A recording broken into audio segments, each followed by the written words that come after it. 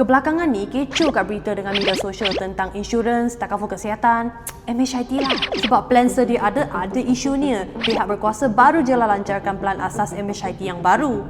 Tapi itulah, ada yang kata bagus, ada pula yang kritik kata coverage tak cukup dan tak berbaloi. Memang pening nak hadam. Sebenarnya kecoh-kecoh ni sebab plan asas MHIT ni bawa pendekatan baru. Memang lain sikit dari apa yang kita biasa nampak sebelum ni. Tapi di sebalik semua drama dan perdebatan tu, plan ni sebenarnya ada matlamat yang jelas.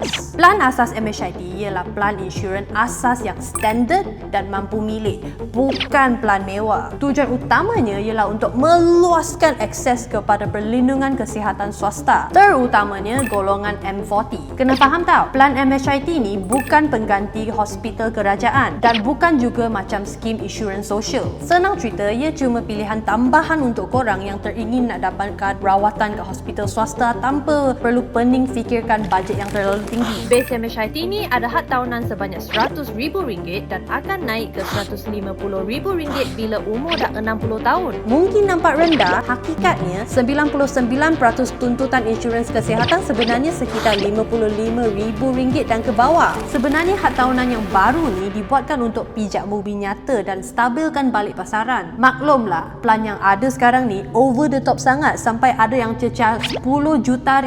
Bila had tahunan ni letak angka yang lebih realistik, ia secara tak langsung buatkan kita lebih berhemah bila guna rawatan. Sekaligus pastikan kos perubatan negara tak melambung tinggi sampai tak masuk akal. Satu lagi salah faham, plan ni bukan auto cover semua penyakit sedia ada. Bezanya, plan baru ni lebih inklusif. Ia beri peluang untuk korang yang ada penyakit sedia ada tapi dah stabil dan terkawal untuk dapat perlindungan. Tapi proses penilaian tetap dibuat dengan telus dan ketat supaya sistem ni tak rugi dan kekal mampan untuk semua pemegang polisi yang lain. Okey, memang ada plan MHIT yang lebih murah, siap had lagi tinggi, tapi tak semua insurans sama. Banyak plan yang murah sebenarnya mempunyai syarat yang ketat untuk penyakit sedia ada dan tidak dapat menjamin perlindungan yang berterusan. Maksudnya, bila kita benar-benar perlukan, mungkin tak dapat dilindungi pun. Plan asas MHIT pula fokus pada kestabilan premium. Jadi, nilai sebenar bukan harga paling murah, tapi perlindungan yang kekal berterusan bila kita perlukan. Ada juga salah faham bahawa plan ni akan paksa pemegang polisi untuk menggunakan KWSP mereka. Sebenarnya tak. Pemegang polisi ada pilihan bayaran, termasuk mengguna simpanan sendiri. Sebenarnya penggunaan akaun sejahtera KWSP telah diperuntukkan untuk keperluan seperti kesihatan, pendidikan dan kerumahan. Secara prinsipnya, penggunaan akaun sejahtera untuk bayar premium adalah sesuatu yang positif sebab ramai rakyat Malaysia masih kurang perlindungan kesihatan. Senang cerita, plan asas MHIT cuba memberi perlindungan insurans asas dan akses kepada lebih ramai orang dengan premium insurans yang lebih stabil dan mampan dalam menangani kenaikan premium.